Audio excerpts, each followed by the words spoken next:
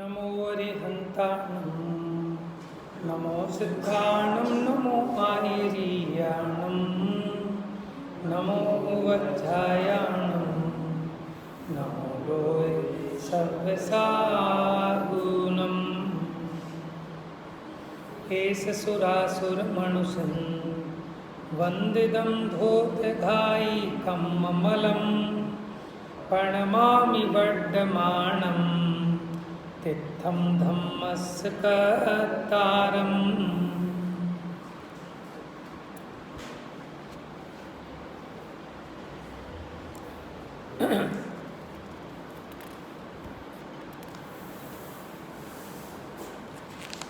तो कल चर्चा अपनी हुई थी भाव कर्म की कि भाव कर्म का कर्ता कौन है, भाव कर्म का कर्ता कौन है, जीव है या पुद्गल है। देखो, हालांकि भाव कर्म भी दो प्रकार के होते हैं, एक जीव का भाव कर्म और एक पुद्गल का भाव कर्म, ठीक है। लेकिन अभी हम सामान्य से जब भाव कर्म की बात करते हैं तो सामान्य से हम जीव के भाव की बात करते हैं, और जब द्रव्य कर्म की बात है तो वो पुद्गल की बात है, ठीक है। अच्छा, जीव को द्रव्य कर्मों का कर्ता कहना ये उपचार है, और वो उपचार भी लागू क्यों पड़ता है, क्योंकि अपने में जो मोह राग द्वेष भाव करता है उसके निमित्त से वो द्रव्य कर्म का आश्रय बंद होता है। और फिर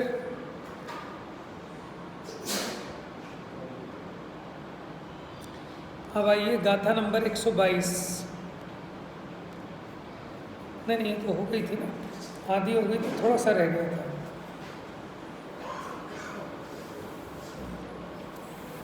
पढ़ते हैं गाथा नंबर 122। आपको कोई चीज़ नहीं समझ में आ रही है, कोई प्रश्न हो तो आप पूछ सकते हैं, पहले भी कोई ऐसी बात नहीं है, ठीक है।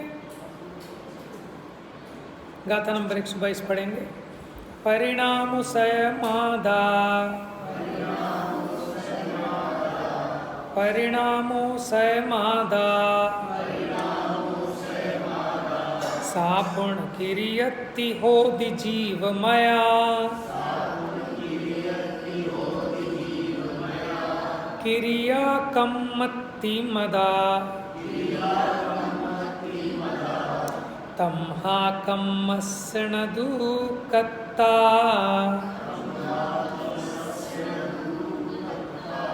देखो, परिणामो स्वयं परिणाम स्वयं आत्मा, आदा माने आत्मा है, परिणाम स्वयं आत्मा है। पूर्ण क्रियत्ति होदी जीवमय, और उसकी जो क्रिया होती है वो जीवमय है, माने जीव की जो क्रिया होती है वो जीवमयी है। क्रिया कम्मत्ति मदा, हाँ, क्रिया को ही कर्म कहा गया है। क्रिया को ही माने जिस द्रव्य की जो क्रिया है, क्रिया कहो, उसका परिणाम कहो, उसका भाव कहो, इसलिए तमहा कम्मस्सणदु कत्ता, इसलिए आत्मा कर्मों का कर्ता नहीं है। तो किसका करता है? अपने परिणाम का करता है। कर्मों का, पुद्गल कर्म का कर्ता आत्मा, उस बात को यहाँ स्पष्ट किया था। देखो टीका देखो एक बार, हाँ, क्रिया कम्मत्ति मदा, तो क्रिया को कर्म, मदा माने मत होता है अथवा माना गया है, क्रिया को कर्म माना गया है। तमहा, उससे, कम्मस्सणदु कत्ता, के कर्म का न माने नहीं है, कर्ता नहीं है।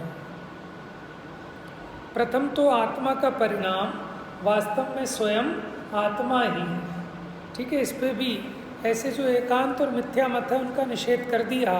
कोई ये माने कि आत्मा तो न्यारा है और उसका परिणाम न्यारा है,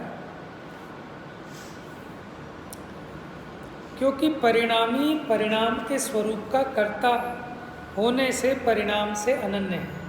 परिणाम परिणामी से अनन्य होता है।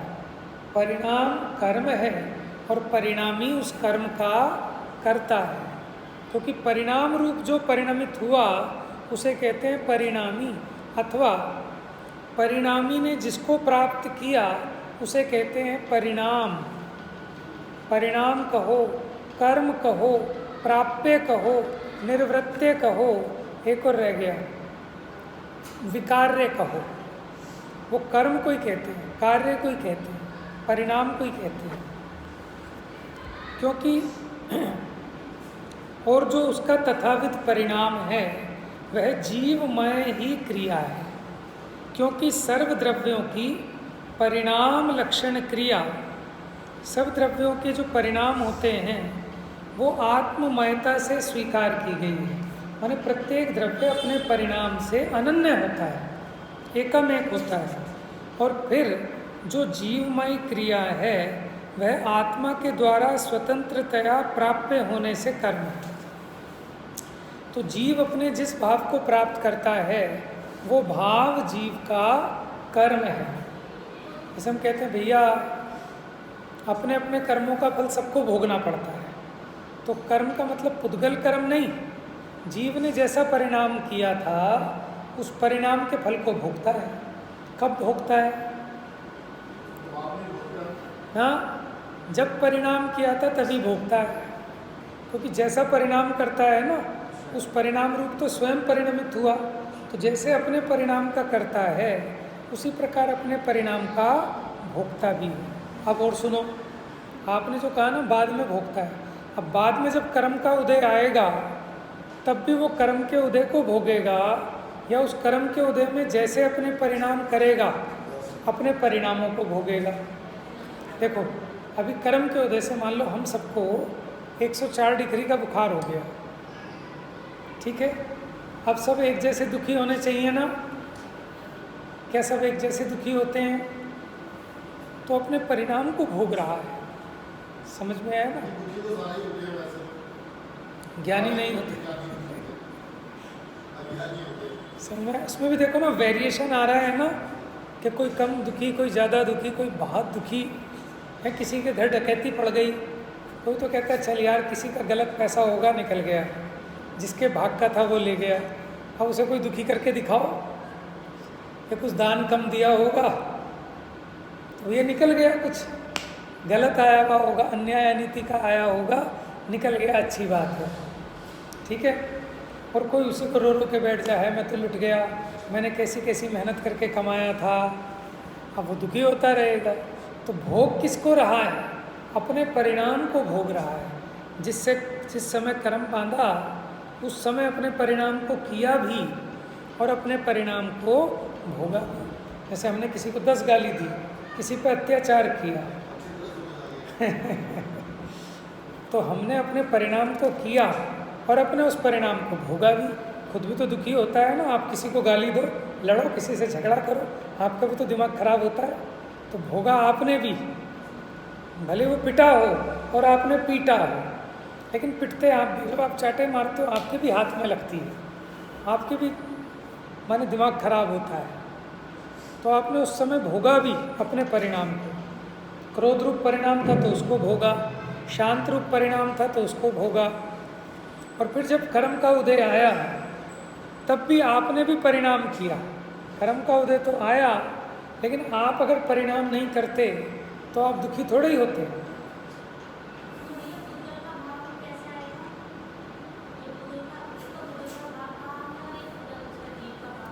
लेकिन मैंने वो कह के छोड़ दिया, उसकी व्याख्या नहीं की मैंने। हाँ, वो आप पूछ रहे हो अलग से तो बताता हूँ कि अभी मैंने कहा ना कि भाव कर्म पुद्गल का भी होता है और जीव का भी होता है। देखो 4 चीज़ें होती हैं, द्रव्य, क्षेत्र, काल, भाव। उसके बिना कोई पदार्थ नहीं होता। चाहे जीव हो उसमें भी 4 पक्ष मिलेंगे, द्रव्य, क्षेत्र, काल, भाव। पुद्गल होगा उसमें भी 4 पड़के होंगे, द्रव्य, क्षेत्र, काल, भाव। धर्म, धर्म, आकाश काल सब में होंगे। अच्छा, दूसरा आपने नाम सुना होगा प्रकृतिबंध, प्रदेशबंध, स्थितिबंध, अनुभागबंध। जो कर्म का अनुभाग बंध है, उसकी फल देने की सामर्थ्य है, उसको कहते हैं उसका भाव। पुद्गल कर्म के उदय का विपाक माने उसका उदय में आना, पककर फलदान की सामर्थ्य का पक जाना, उसका नाम है पुद्गल का भाव कर्म, ठीक है। लेकिन उसकी चर्चा होती नहीं है। गोमट सार कर्म कांड की है 6 नंबर की गाथा। तत्शक्ति माने उसकी जो शक्ति है वो भाव कर्म है। कर्म की जो शक्ति है ना उसको भाव कहा उसका। हाँ, और किसकी है? उद्गल कर्म जो बंधा, अब उसमें शक्ति के विभाग प्रतिच्छेद है ना कि कितना फलदान की सामर्थ्य है उसमें। जैसे एक मौसमी ऐसी है कि इतना सा रस देगी और एक मौसमी इतना रस देगी, भले दोनों का वजन बराबर हो। उसी प्रकार जब कर्म बंधता है तो वो कितने पावर का फल देगा। जैसे करंट होता है ना कि 400 वाट का है कि 100 वोल्ट का है, कितना झटका मिलेगा आपको। तो कर्म तो एक बांधा सबने, लेकिन पावर सब में अलग अलग है। एक गिलास दूध किसी का कम मीठा है, किसी का ज़्यादा मीठा है। इतनी सी मदिरा हो लेकिन उसकी पावर बहुत ज़्यादा, और कई बार इतनी भी मदिरा हो है,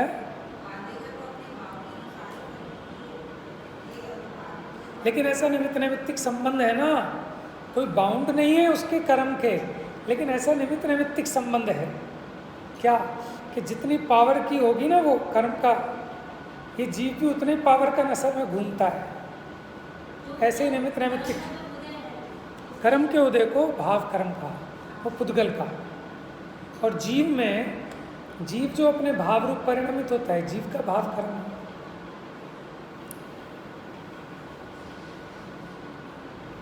तो उसके लिए ना वो चर्चा भी है। और 84, 85, 86, 87 नंबर की गाथा भी है। 124 नंबर की गाथा है समय सार की। इसके अलावा आपको गोमट सार की कर्म कांड की ही है 6 नंबर की गाथा, ठीक है, जिसमें पता चलता है कि वो जो भाव कर्म है वो पुद्गल की शक्ति है। अब कोई एकांत ऐसा मान के बैठ जाता है कि जीव में भाव कर्म होता ही नहीं है, क्योंकि देखो 6ठी गाथा लिखी है गोमट सार की कि वो जो भाव कर्म है वो पुद्गल की शक्ति है। कि भैया वो पुद्गल वाले भाव को पुद्गल का भाव कर्म कहेंगे, लेकिन जीव के भाव को जीव का भाव कर्म कहेंगे। सही है ना? आपको पता है मिथ्यात्व भी 2 प्रकार के बताए हैं, जीव मिथ्यात्व और अजीव मिथ्यात्व। क्रोध भी 2 प्रकार का, जीव क्रोध, अजीव क्रोध। समझ में है? ऐसे सब चीज़ें 2-2 तरह की हैं। अब इसमें मेरा भाव कौन सा है और ये पुद्गल का भाव कौन सा है? ये पुद्गल के भाव को भी अपना भाव मानता है। मेरी क्रिया कौन सी है और पुद्गल की क्रिया कौन सी है? देखो मैं जो बोल रहा हूँ, ये जो मेरे हाथ हिल रहे हैं, ये जो मेरी आंखें हिल रही हैं, मुझे क्या लगता है मेरी क्रिया है। लेकिन ये मेरी क्रिया है कि यहाँ जो आत्मा के प्रदेश हैं उनके संकुचाने रूप, ठीक है, उनके हलन चलन रूप जो क्रिया है वो चेतन की है, क्योंकि यही आत्मा के प्रदेश है। जहाँ ये हाथ हैं, ये सब आंखें हैं, मुंह हैं, ठीक है, यही आत्मा के प्रदेश है। तो मैंने आत्मा के प्रदेशों में कंपन रूप भाव को किया और चेष्टा की, ऐसा राग किया कि मैं ये बोलूं, तो उस राग वो मेरा परिणाम है। लेकिन ये जो हाथ हिल रहा है, ये हाथ का हिलना ये मेरा कार्य नहीं, लेकिन आत्मा के प्रदेशों में जो कंपन हो रहा है वो मेरा कार्य। अब कार्य तो है, लेकिन ये कार्य उपादेय है कि हे है, ये निर्णय जरूरी है। तो ठीक है, कार्य तो मेरा है, मैंने किया है, मोहराग द्वेष का परिणाम, प्रदेशों को संकुचाने का, बोलने का परिणाम। लेकिन ये बोलने का परिणाम, समझाने का परिणाम उपादेय है कि हे है? हे है। तो कौन सा परिणाम उपादेय है? कि सहज वीतराग भाव रूप रहूं तो ना किसी को समझाने का भाव आए, है ना किसी को कुछ कहने का भाव आए, ना हाथों को हिलाने की इच्छा जगे, ना रागादि भाव हों, ये उपादेय भाव। तो उसमें भले बुरे का भी भेद ज्ञान करना।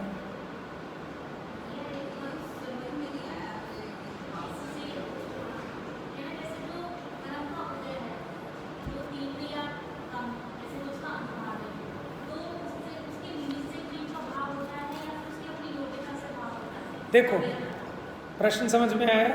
कर्म के उदय का जो विपाक आया, तीव्र उदय आया चाहे मंद उदय आया, तो उसके निमित्त से जीव का भाव होता है या अपनी योग्यता से जीव का भाव होता है?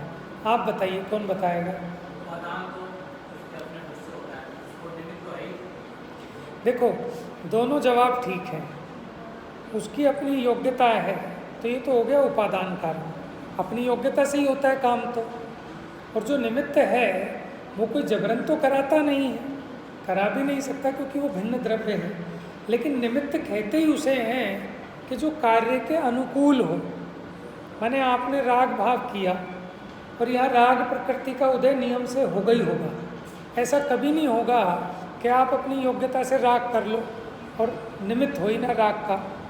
अगर ऐसा कर लोगे तो फिर क्या होगा कि राग करना ये अपना स्वभाव ठहरेगा कि अपनी योग्यता से कर लिया। तो कुछ भाव ऐसे हैं कि जो बिना निमित्त के नहीं होते, लेकिन निमित्त नहीं कराता जबरदस्ती, वो है विभाव भाव। क्या है? नैमित्तिक भाव कहते हैं उनको, कि जो निमित्त के बिना नहीं होते, होते तो अपनी योग्यता से। जैसे कमल का फूल खिलता है, तो बताओ सूर्य खिलाता है कि अपनी योग्यता से खिलता है? अपनी योग्यता से खिलता है तो खिल जाए। आज सूरज नहीं निकलेगा, खिल जाएगा क्या? तो बताओ सूरज ने खिलाया कि नहीं खिलाया? समझ गए कि ठीक है कि अपनी योग्यता से खिलता है, लेकिन बिना सूरज के उदय के नहीं खिलता। समझ में आया? तो सूरज का उदय है निमित्त और खिलता अपनी योग्यता से ही। बात समझ में आ रही? तो दोनों बातों में कोई विरोध नहीं है। तो हमें देखो और समझना, हमें जब ये बात समझ में आई कि काम अपनी योग्यता से होता है, अब निमित्त तो अपने हाथ में है नहीं कि निमित्त कहाँ से लाएं। जैसे भी कली काल है, तो आपको साहब हमें तो भावलिंगी संत चाहिए, तब हम सम्यक दर्शन करेंगे। ठीक है, भावलिंगी संत तुम्हारे लिए कहाँ से पैदा करें, ये तो अपने हाथ की बात है नहीं। और कहाँ कहाँ जाके ढूंढोगे, फिर उनकी परीक्षा करोगे, ये अपने हाथ की बात है नहीं। अपने हाथ की बात सम्यक दर्शन करना तो है। तो आप कहाँ पुरुषार्थ करो कि आप तो जैसे ही आपकी योग्यता है, आप जिसका पुरुषार्थ कर सकते हैं वो पुरुषार्थ करो। हालांकि यथा योग्य जो सम्यक पुरुषार्थ करता है तो उसको मुनियों के प्रति बहुमान आए बिना रहता नहीं है। समझ में आया ना? तो वो काम ऑटोमेटिक चलता है जब तक राग शेष है, क्योंकि अपनी जो भूमिका है इसमें ये समझ में आने पर भी कि काम तो मेरे से स्वयं से ही होगा, लेकिन देव गुरु शास्त्र की महिमा आए बिना नहीं रहती। जैसे मैं खुद पढ़ा, मैंने खूब मेहनत की, लेकिन मुझे एक मास्टर जी मिल गए थे और उन्होंने 1 महीना मुझे फ्री में ट्यूशन दी और मैं 100 में से 100 नंबर ले आया। यद्यपि मैं जानता हूँ कि मेहनत मैंने स्वयं की, लेकिन बताओ उनकी महिमा आए बिना रहेगी कि नहीं रहेगी?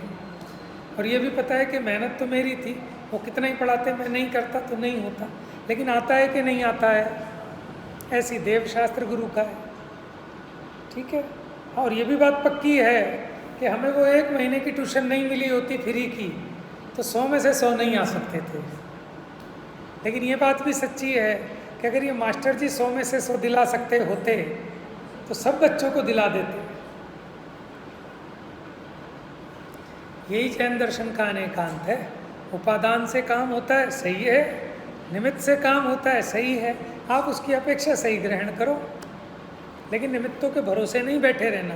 लेकिन अपनी इस भूमिका में देखो, आपको अपने परिणाम सुधारने हैं, तो क्या करोगे, कैसे सुधारोगे बताओ?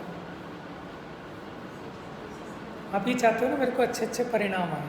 अच्छे अच्छे का मतलब क्या कि मुझे ना घर त्यागने का परिणाम आए, घर बनाने का नहीं आए।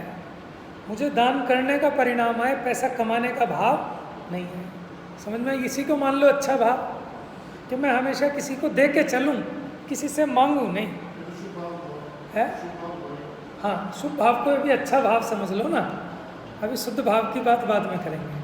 अभी तो हम जिसे अच्छा भाव करना चाहते हैं, ईमानदारी की बात है ना, सब यही तो चाहते हैं अभी कि मेरे मन में छल कपट ना आए, किसी का बुरा करने का भाव ना आए, ठीक है, बेईमानी ना आए मन में। ठीक है, मंदिर में आया हूँ, खाने का, पीने का, 5 इंद्रिय के विषय भोगों के भाव नहीं आए। समझ में? त्याग के भाव आए, स्वाध्याय के भाव आए, भगवान की पूजा के भाव आए, यही तो अच्छे भाव है ना। अब बताओ कैसे आएंगे, कैसे आएंगे? अब देखो, निमित्त से काम तो होता नहीं, तो टीवी देखते रहो पूरे दिन, फिल्म देखो, सिनेमा देखो, पिकनिक घूमो, खाओ पियो मौज करो, बढ़िया हार श्रृंगार करो, शॉपिंग करो, मार्केट में घूमो, तो बताओ परिणाम सुधरेंगे कि बिगड़ेंगे? क्यों भाई, निमित्त से काम तो होता ही नहीं। लेकिन आप छोड़ो ना अभी थोड़ी देर के लिए आगम को, आप प्रैक्टिकल करके देखो ना। आप एक हफ्ते के लिए बाजार में जाने का त्याग कर दो, सजने संवरने का त्याग कर दो, फ़ोन पे बातें करने का त्याग कर दो फालतू, फेसबुक यूट्यूब छोड़ दो। अब तो सिनेमा और वो तो बेकार की बात है, टीवी कहना, कौन देख रहा है टीवी सिनेमा, अब तो सबके हाथ में आ गया। ठीक है ना, कर लो दुनिया मुट्ठी में, कि सब उसकी मुट्ठी में हो गए। समझ में आया? तो आप ये सोचो, ये एक हफ्ते के लिए आप त्याग करो, फिर आप अपने परिणाम देखो। आपके परिणामों में वो तीव्र कषाय वाले भाव आएंगे ही नहीं। और आप एक हफ्ते खूब खाओ पियो मौज करो, घूमो, मंदिर तो जाओ मत, और शॉपिंग में जाओ, है ना, बढ़िया बढ़िया मॉल में जाओ, और सब ऐसे लोगों के पास बैठो कि जो पैसे की चर्चा करें, श्रृंगार की चर्चा करें, आभूषणों की चर्चा करें, कि भैया कहाँ तुम अभी तक वहीं पुराने मकान में नया मकान ले लो, बढ़िया, अरे बढ़िया व्यापार कर लो, बढ़िया ये कर लो, बढ़िया वो कर लो। ऐसे लोगों के पास बैठो, फिर अपने परिणाम देखो। समझ में आए? तो इसलिए ज्ञानी विवेकी बुद्धिपूर्वक कुसंगति का त्याग करता है, सत्समागम जोड़ता है। आप कहोगे तो मिथ्या दृष्टि है, ये तो सोच रहा है कि निमित्तों से काम होगा। अरे वो क्या सोच रहा है, वो उसे सोचने दो, वो जानता है, तुम थोड़ी जानते हो। ठीक है ना, वो तो उसको अपने आप डिसाइड करना है कि मेरे परिणाम कहाँ कैसे सुधरेंगे और कहाँ मेरे परिणाम बिगड़ते हैं। लेकिन ये नहीं मानता कि यहाँ आने इसने सुधार दिए मेरे परिणाम। यहाँ आकर भी पुरुषार्थ तो अपना ही कर रहा है ना, पुरुषार्थ तो अपना ही है कि गलत चीज़ को मैंने छोड़ा और सही चीज़ का समागम किया। ये पुरुषार्थ नहीं है क्या? इससे बड़ा क्या पुरुषार्थ होगा? माने मैं नोवेल छोड़कर शास्त्र पढ़ रहा हूँ, क्या ये सम्यक पुरुषार्थ नहीं है?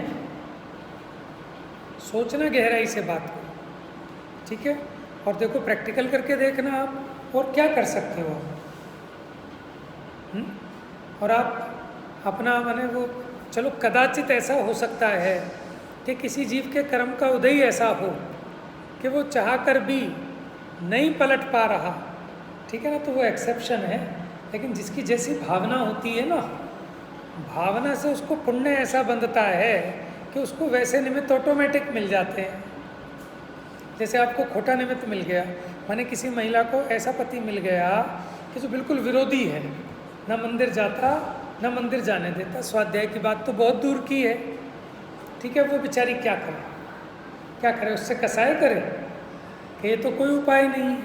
अब वहाँ बैठ के तत्व का विचार करे कि देख तेरे ही परिणामों का फल है, तूने ही ऐसा कर्म बांधा होगा, लेकिन दूसरे को दोष देने से कोई लाभ नहीं है, ठीक है। अब वो काम नहीं करेगी जिससे झगड़ा हो, कि जब वो चला जाए काम पर तब अपना जिनवानी बैठ के पढ़ ले, उसको तो कोई नहीं रोक रहा ना, है ना। अब उस भावना का फल क्या आएगा कि जीव का ऐसा पुण्य बंधेगा, ऐसा माने कर्म पलटेगा कि जो विरोधी था, जो शत्रु था, वो भी मंदिर में आने लगेगा, वो भी धर्म में लग जाएगा, और हो सकता है कि हमसे ज़्यादा लग जाए। समझ में आया ना। तो हम अपने परिणाम तो पलटते नहीं, दूसरे को पलटने की चेष्टा करते हैं। तो किसी को पलटने की ज़रूरत नहीं है, सब अपने भाग्य के हिसाब से पलट जाते हैं। अपना भाग्य अच्छा होगा तो अपने जितने खोटे संयोग हैं ये सब अच्छे हो जाएंगे, और भाग्य खराब हो जाएगा ना कि दुनिया के लिए बहुत अच्छे हों लेकिन अपने लिए खराब हो जाएंगे। लेकिन इस जीव की इच्छाएं भी तो अनंत हैं, इसको कौन सुखी कर सकता है? माने किसी भी व्यक्ति से जाके पूछ लो कि बताओ तुम्हारी पत्नी अच्छी है कि नहीं, अरे भगवान ऐसी पत्नी किसी को ना मिले। अच्छा पत्नी से पूछ लो तो तुम्हारे पति अच्छे, अरे दुनिया के सबसे गंदे आदमी होंगे, ये तो मैं ही हूँ जो निभा रही हूँ। समझ में आया? अच्छा इस गंदे आदमी ठीक है। अब किसी दूसरे से जाके पूछ लो, अच्छा उससे पूछो बता किसके आदमी अच्छे हैं, कि मेरी देवरानी के अच्छे हैं, कि मेरी जिठानी के अच्छे हैं, कि मेरे उसके अच्छे हैं, मेरे उस रिश्तेदार के आदमी अच्छे हैं। अब आप जाके उससे पूछ लेना कि जिसको सारी दुनिया अच्छा कह रही है तो उसके पुत्र से पूछ लो, उसकी पत्नी से पूछ लो, तो क्या कहेंगे, भैया कब्र का हाल तो मुर्दा ही जानता है। समझ में, हमें पता है, हम झेल रहे हैं। क्यों कि ये जीव को कितना ही अच्छा संयोग मिल जाए, लेकिन इसकी जो इच्छाएं हैं वो अनंत हैं। अरे तीनों लोक इसके इच्छा रूपी गड्ढे में एक सरसों के दाने के समान है। समझ में आया? माने 3 लोक में जो सबसे अच्छा व्यक्ति हो ना, वो भी अगर मिल जाए तो उसकी भी पत्नी से जाके पूछ लेना, अथवा उसके पति से जाके पूछ लेना, अथवा उसके बच्चों से जाके पूछ लेना, लेकिन कहीं भी कोई सेटिस्फाई नहीं होगा। क्यों कि परद्रव्य से आज तक कोई संतोष को प्राप्त नहीं कर सकता। समझ में आया? बाह्य सामग्रियों को जुटाकर कोई सुखी हो ही नहीं सकता, क्योंकि परद्रव्य में से अपने सुख का कोई संबंध ही नहीं है। और जो अपने में संतुष्ट हो गए उनको तो शत्रु भी अच्छे लगते हैं, वो तो शत्रुओं को भी समान आशीर्वाद देते हैं। बात समझ में आ रही है?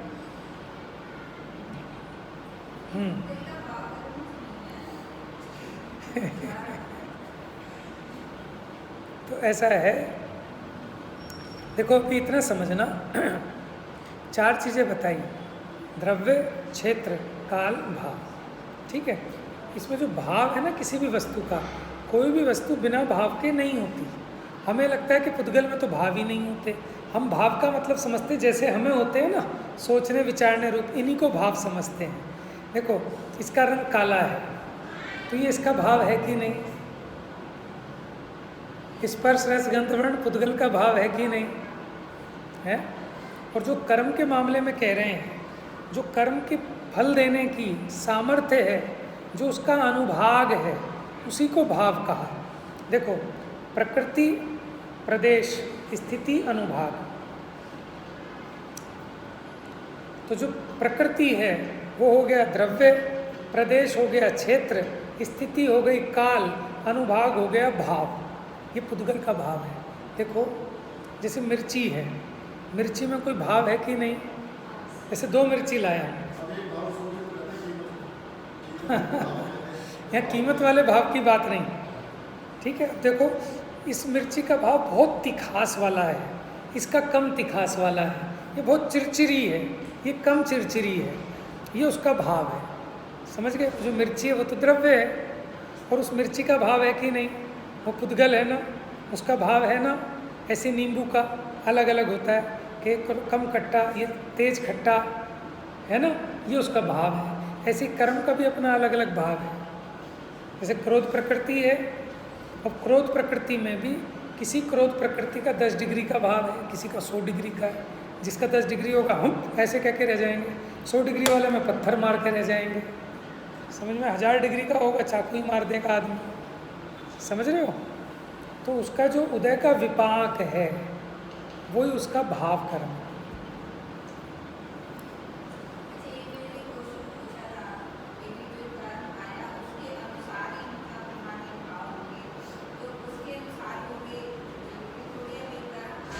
देखो पहले तो इनका प्रश्न ये नहीं था, प्रश्न बहुत चेंज हो गया। प्रश्न ये था इनका कि काम जो होता है वो अपनी योग्यता से होता है कि निमित्त से होता है। तो काम तो योग्यता से होता है, लेकिन निमित्त के बिना भी नहीं होता। लेकिन इसका मतलब ये नहीं कि निमित्त जबरन कर देता। जब भी काम होगा उसमें 5 समवाय होंगे। योग्यता तो एक फैक्टर है, उस योग्यता में हम स्वभाव भी ले लें, काल लब्धि भी ले लें, पुरुषार्थ भी ले लें और होनहार भी ले लें। इन चारों फैक्टर को हम उसकी योग्यता में गर्भित करते हैं, क्योंकि इस रूप वो स्वयं परिणमित होता है। और जो निमित्त है वो परद्रव्य है। तो 5 समवायों को अगर 2 में बांटो तो एक निमित्त के अलावा बाकी चारों उपादान रूप है, क्योंकि वो जीव का अपना परिणाम है। समझ में? लेकिन काम अकेले 4 समवाय से भी नहीं होता। वो तो 5 ऐसे उपादान निमित्त दोनों होंगे तो काम होगा। मछली अपनी योग्यता से चलती है कि जल चलाने में सहायक है, तो बिना जल के चल लेगी क्या? समझ में आया? तो ये बात समझने की है। आपका प्रश्न थोड़ा सा चेंज हुआ।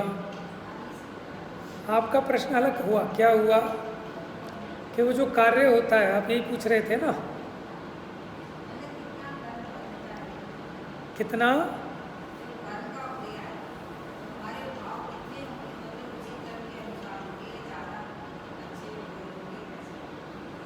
देखो, आपको पता है ना, जो कर्म का उदय है वो तो निमित्त है सिर्फ। क्या है? निमित्त। देखो, थर्मामीटर से बुखार नापते हैं ना, ठीक है। अब आपने थर्मामीटर लगाया, तो ये बताओ थर्मामीटर में कितना बुखार आएगा? जितना आपको है उतना आएगा कि कम बढ़ती आएगा? उतना ही आएगा। तो थर्मामीटर में बुखार है कि बॉडी में बुखार है? बॉडी में है ना। अच्छा, अब आप और सुनो, हम कितना कहते हैं बुखार, बॉडी में कितना बुखार है? कि साहब 104 डिग्री बुखार है। तो ये जो 104 डिग्री है बॉडी में होती है कि थर्मामीटर में होती है? थर्मामीटर में होती है। वो डिग्री विग्री वहाँ तो कुछ होती नहीं है। कहाँ? शरीर में। उसमें तो ताप होता है, उस ताप को मापने का तरीका है। उसी प्रकार जीव के परिणाम किस लेवल के हैं वो कर्म से नापते हैं। कर्म के द्वारा समझाया है आचार्यों ने। कर्म फिलॉसफी जो है ना जैन दर्शन की, वो तो उसका सूचक है कि जीव के परिणामों का रिफ्लेक्टर है। सामने दर्पण है, मैंने इतना हाथ उठाया, उसमें भी इतना उठ गया। मोटा उदाहरण है, बस जितना समझा रहा हूँ उतने के लिए समझना है। मैंने हाथ नीचे किया तो दर्पण का भी हाथ नीचे हो गया। मैंने ऐसे किया, वहाँ ऐसे ऐसे करते हैं ना बच्चे, करके देखते हैं कि क्या चक्कर है, कौन नचा रहा है मेरे हाथ को। तो मम्मी को आवाज़ लगाता है, मम्मी, कि हाँ, कि देखो मुझे शीशे में ना कोई भूत है और ये मुझे ऐसे ऐसे हिला रहा है। तो ये उसको हिला रहा है कि ये उसे हिला रहा है, बताओ। उसकी मम्मी कहती है, हट पागल कहीं के, तू हिला रहा है उसे। तो कौन सही है दोनों में से? भाई साहब बताएंगे। अरे इतनी बढ़िया बात आपने छोड़ दी। बच्चा तो कह रहा है, मम्मी बचाओ, कि कोई भूत आ गया मेरी शक्ल का शीशे में, कि मेरे को हिलवा रहा है ऐसे ऐसे। मैं ऐसे कर रहा हूँ, ये मेरा हाथ ऊपर करवा रहा है, नीचे करवा रहा है। मम्मी आई पागल कहीं के, बेवकूफ़, वो तुझे नहीं हिला रहा, तू उसे हिला रहा है। तो बताओ कौन ठीक है दोनों में से? दोनों गलत है। हाँ, ये भी बात ठीक है। अपेक्षा से तो दोनों सही है, और वैसे देखा जाए तो दोनों ही अधूरी बात कह रहे हैं। क्यों? सच्ची बात तो ये है कि ना ये इसको हिला रहा और ना ये इसको हिला रहा। दोनों अपनी अपनी योग्यता से हिल रहे हैं। कि अपनी अपनी योग्यता से हिल रहे हैं तो फिर एक जैसे क्यों हिल रहे हैं? कि उनकी अपनी योग्यता है, उनकी अपनी मर्जी है। कई बार ऐसा होता है ना, जैसे हमने अपने घर में कड़ी बनाई, आप हमारे घर के नीचे रहते हो, आपने भी कड़ी बना ली, समझ में आया? तो क्या कहेगा आदमी, पैज में बना ली, हमने बनाई थी। हम जो शर्ट पहन के गए शादी में, आप भी वही शर्ट पहनी है कदाचित, तो आदमी क्या कहेगा कि भाई वो क्यों पहनेगा, उसकी भी तो बेइज्जती हो रही है, अकेले तुम्हारी थोड़ी हो रही है। और आदमियों को इतनी तकलीफ नहीं होती, औरतें तो बेचारी डूबने को जगह नहीं मिलती कहीं उन्हें। क्या बताओ, मेरे जैसी साड़ी सेम पहनी है, बदतमीज औरत। सोचो पूरे पैसे खराब है, चाहे 50,000 की साड़ी हो, कि भी क्या परेशानी है? क्या दुनिया में एक ही साड़ी बनेगी वो? अरे हज़ारों साड़ी बनती है एक जैसी, लेकिन पता नहीं सौभाग्य है महिलाओं का कि ऐसे कोई रेयर केस होते होंगे कि सेम टू सेम कहीं टकरा जाए कोई। लेकिन बाई चांस उसी दुकान से आप खरीद के लाए, भोलानाथ नगर से मार्केट है, छोटा बाजार, उसी से सब खरीद लाए, और सभी को वो नया मॉडल उसने चेप दिया कि बहन जी एकदम नया कलर आया है, नया डिज़ाइन आपके लिए स्पेशल रखा है, एक ही पीस बना है बस। ही आपको भी चेप दिया, 10 को चेप दिया, और वो सबके सबको एक ही शादी में जाना है। और उसने पूछा, भाभी जी बता दो आज आप कौन सी साड़ी पहन रही हो? अरे नहीं नहीं, सीक्रेट है। और फिर जब वहाँ गए तो सबकी एक जैसी साड़ी निकल जाए, ऐसा होता नहीं है, कितना रेयर है, लेकिन हो सकता है कि नहीं हो सकता? हाँ ठीक है। तो हम तो ये कह रहे हैं कि जैसे जो यहाँ दिखाई दे रहा है ना, तो कोई किसी का नहीं कर रहा, लेकिन फिर भी एकदम कॉम्बिनेशन है कि नहीं, कि जितना इसका हिलेगा उतना उसका हिलेगा। अब आप पूछो कुछ ऐसा हो सकता है? हमारा हाथ तो हमारे अधीन है ना, वो भले ज़्यादा हिले लेकिन हमारा इतना ही हिले। बात को समझना। कोई क्वेश्चन ये करे कि शीशे वाला हाथ भले ही उतना उठे लेकिन हमारा इतना ही उठे, क्योंकि हमारा हाथ तो स्वतंत्र है कि नहीं, तेरा इतना उठेगा तो उसका भी उतना ही उठेगा, तो फिर तो वो मेरे परतंत्र हो गया कि नहीं, परतंत्र भी नहीं है। इसी का नाम निमित्त नैमित्तिक है। तो मेरे कहने का मतलब क्या है कि कितनी डिग्री का कर्म होगा उतनी डिग्री का ही तो बुखार होगा ना अंदर में। ऐसा हो सकता है कि थर्मामीटर तो बताए 4 डिग्री और बुखार हो 2 डिग्री, तो फिर थर्मामीटर बेकार है वो। लेकिन कर्म के साथ तो ऐसा नहीं है ना। तो फिर कर्म का उदय निमित्त कैसे कहलाएगा फिर? समझ में आया? फिर उसके लिए हम उदाहरण देते हैं कि देखो मुनिराजों पर भी कैसे कैसे उपसर्ग हुए।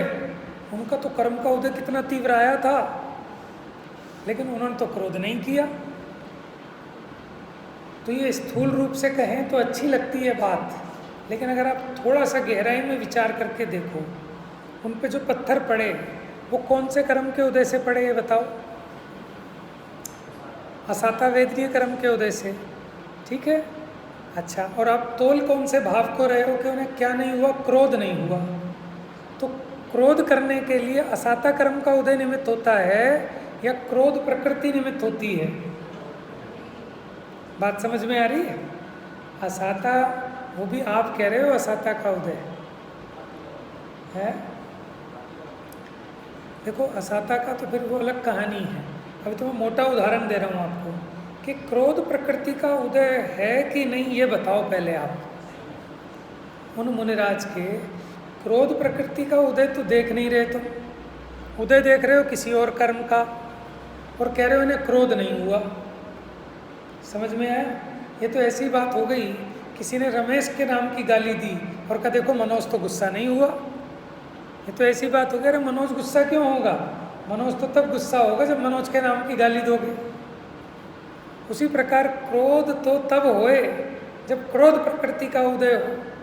तो प्रकृति का उदय तो है दूसरा, ठीक है ना। वो मोटा उदाहरण इसलिए दिया जाता है कि भैया पाप के उदय तो उनके भी आए, उन्होंने धैर्य रखा, गुस्सा नहीं किया, ठीक है ना। स्थूल उपदेश है संबोधने के लिए। लेकिन अगर आप करणानि योग में जाकर गहराई से विचार करें तो आप ये चेक करो, जिन्हें क्रोध नहीं हुआ क्या उनके क्रोध प्रकृति का उदय था? तो डेफिनेटली आपको ये मिलेगा कि नहीं था, अथवा मंदतम था। समझ में आया? और अगर ऐसा हो जाता कि नहीं नहीं उनके क्रोध प्रकृति का तो बहुत तीव्र उदय था लेकिन उनने क्रोध नहीं किया, तो फिर सारा आगम झूठा हो जाएगा। फिर जो आपको कर्म सिद्धांत पढ़ाते हैं ये सब झूठा ठहर जाएगा कि क्रोध प्रकृति क्रोध का निमित्त होती है। बात ही गलत हो जाएगी। इसका मतलब वो ज़बरदस्ती कराता है क्या? तो हम इसी में फंस जाते हैं। या तो हम ये मानते हैं कि कर्म जबरदस्ती कराता है, या कहते हैं कर्म कुछ है ही नहीं, कर्म का उदय कैसे ही चलता रहे, मैं तो शुद्ध रूप हो जाऊंगा। तो भैया ऐसा क्यों कहते हो कि तुम शुद्ध रूप हो जाओगे? बात ठीक है, लेकिन जब तुम शुद्ध रूप हो जाओगे तो कर्म का उदय भी नहीं होगा। बात समझ में आ रही है? आप पराधीन नहीं हैं, आप स्वाधीन हैं। आप जैसे चाहें वैसे परिणमित होएं, शुद्ध रूप हो, अशुद्ध रूप हो, राग रूप हो, क्रोध रूप हो, लेकिन आप जैसे होंगे, जैसे बच्चा स्वतंत्र था, ये हाथ ऐसे उठाए कि ऐसे उठाए, लेकिन भाई साहब आप जैसा हाथ उठाओगे वहाँ भी ऐसा ही बिल्कुल एज इट इज़ होगा। इसीलिए उसको काल प्रत्याशक्ति भी कहते हैं कि दोनों चीज़ें एक काल में एक जैसी होती हैं।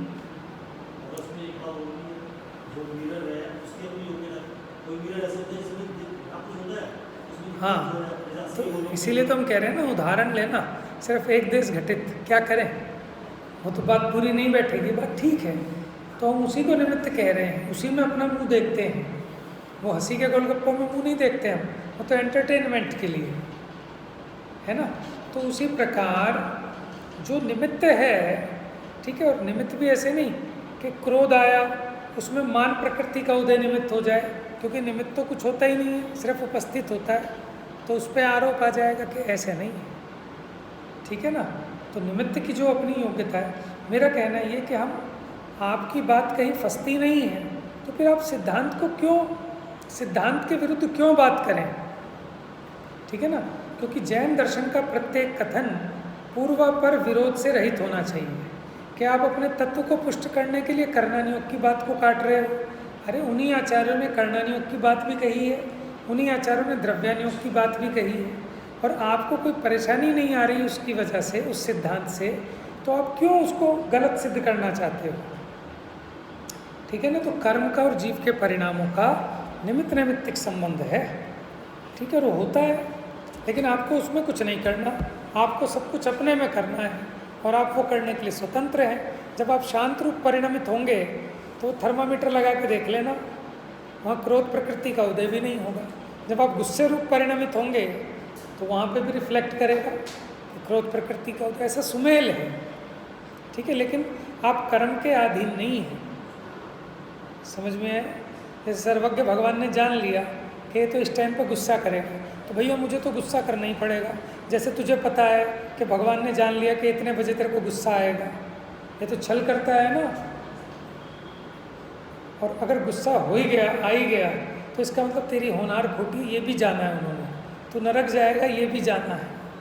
समझ में? इतना ही नहीं जाना, तो स्वच्छंदता के लिए स्थान नहीं है। ईमानदारी से समझना चाहेंगे तो बात समझ में आएगी, नहीं तो भैया अच्छे अच्छे को कोई नहीं समझा सकता, आप स्वयं अपने को समझा सकते हैं। शेष चर्चा करें। जा वाणी के ज्ञान से सूझे लोका